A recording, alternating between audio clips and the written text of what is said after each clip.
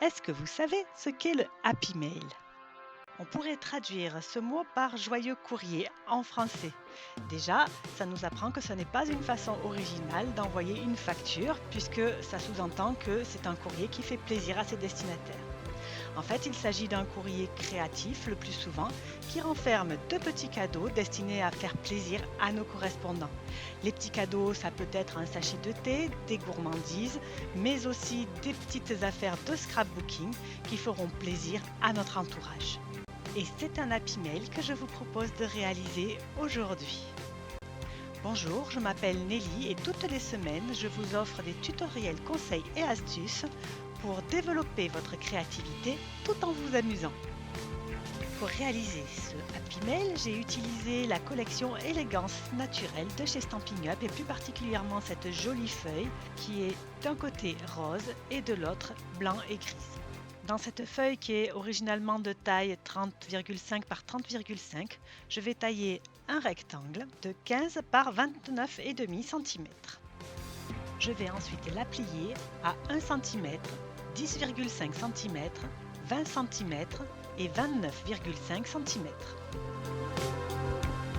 Puis, je retourne mon papier d'un quart de tour, j'ai donc le petit côté contre la butée du massicot et je plie à 1 cm.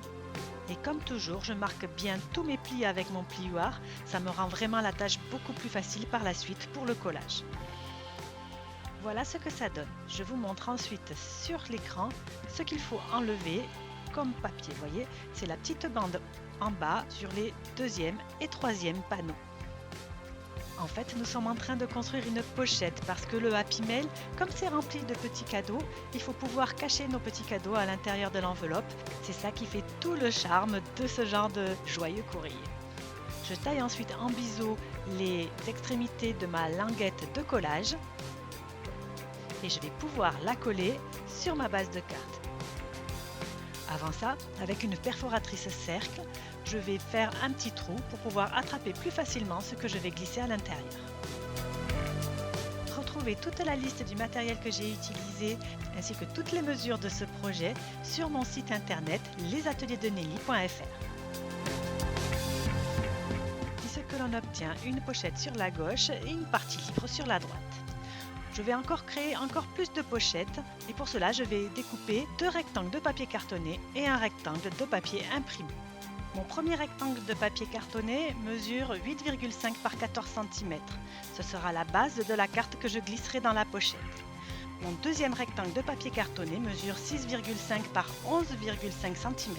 Mon papier imprimé sera découpé à 6,5 par 11,5 et ces deux derniers rectangles seront des petites pochettes que je rajoute sur le devant de mon projet. On va commencer à s'occuper du rectangle de 8,5 par 14 cm. Je vous l'ai dit, ce rectangle est une base de carte, donc je vais coller au-dessus un rectangle de papier blanc pour pouvoir écrire plus facilement. Ce rectangle de papier blanc mesure 7,5 par 13 cm. Je vais ensuite créer mes deux petites pochettes. Alors pour ça, rien de plus simple. Je vais plier à 1 cm sur 3 côtés, je coupe les angles et je rabats les côtés et le fond.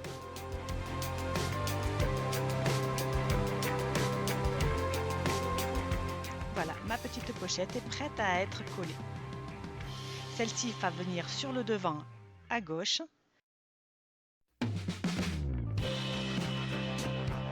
L'autre, la plus grande, viendra sur la droite.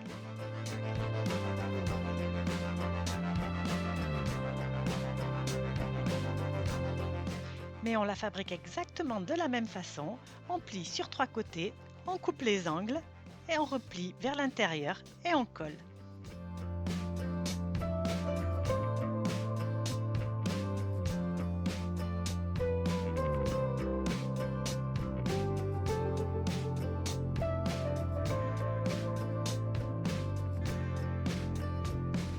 Notre structure est à présent terminée et on va pouvoir passer à la décoration. J'ai décidé d'utiliser aujourd'hui le set de tampons Butterfly Brilliance avec le set de die qui lui est assorti.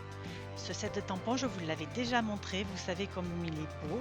C'est un set de tampons de grande taille qui permet de tamponner et de découper 6 jolis papillons. Le set de die est formidable puisqu'il permet à la fois de découper les 6 papillons d'une seule traite, mais aussi de faire d'autres papillons finement ciselés, ainsi que des fonds magnifiques.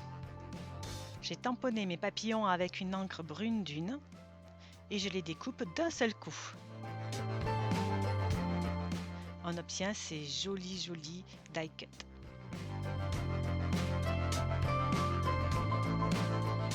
Pour un look un petit peu plus naturel, je rajoute un morceau de ficelle sur la bordure de ma pochette qui est à gauche.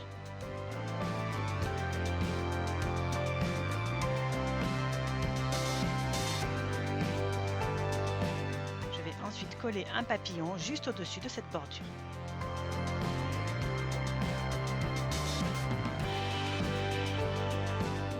Ma pochette reste fermée même lorsqu'elle sera bien pleine, je vais fabriquer une ceinture à mettre tout autour. Pour cela, je découpe une bande de fermeture dans du papier imprimé qui fera 4 par 25 cm. Puis je la colle alors qu'elle est déjà tout autour de ma pochette.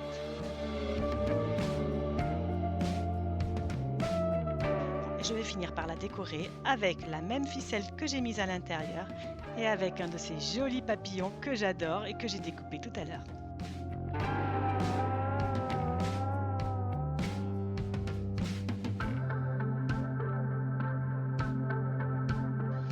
On centre bien tout ça parce que vous savez bien, le diable se cache dans les détails. Et ensuite, on va faire une étiquette qui dit merci infiniment. Pour cela, je vais utiliser la perforatrice Stampin' Up qui s'appelle Forme au choix. Cette perforatrice, à elle toute seule, permet de faire 6 formes d'étiquettes différentes. Je vais couper mon papier à 1,3 cm de large et je vais choisir un des 2 modèles pour faire mon étiquette. Et sur cette belle petite étiquette, je vais tamponner un vœu du set de tampons Parole de plante qui dit merci infiniment. En fait, j'ai réalisé plusieurs de ces Happy Mail et je vais m'en servir pour remercier les clientes qui m'ont commandé au cours du dernier mois.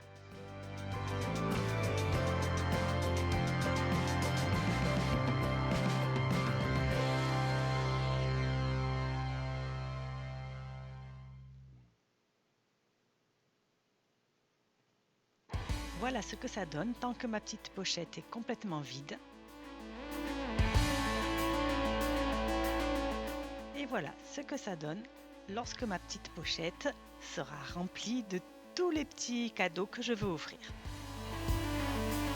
Si vous aussi vous aimez faire plaisir, n'hésitez pas à réaliser ces petits courriers. C'est un vrai bonheur de les réaliser, de les envoyer et surtout de faire plaisir autour de soi.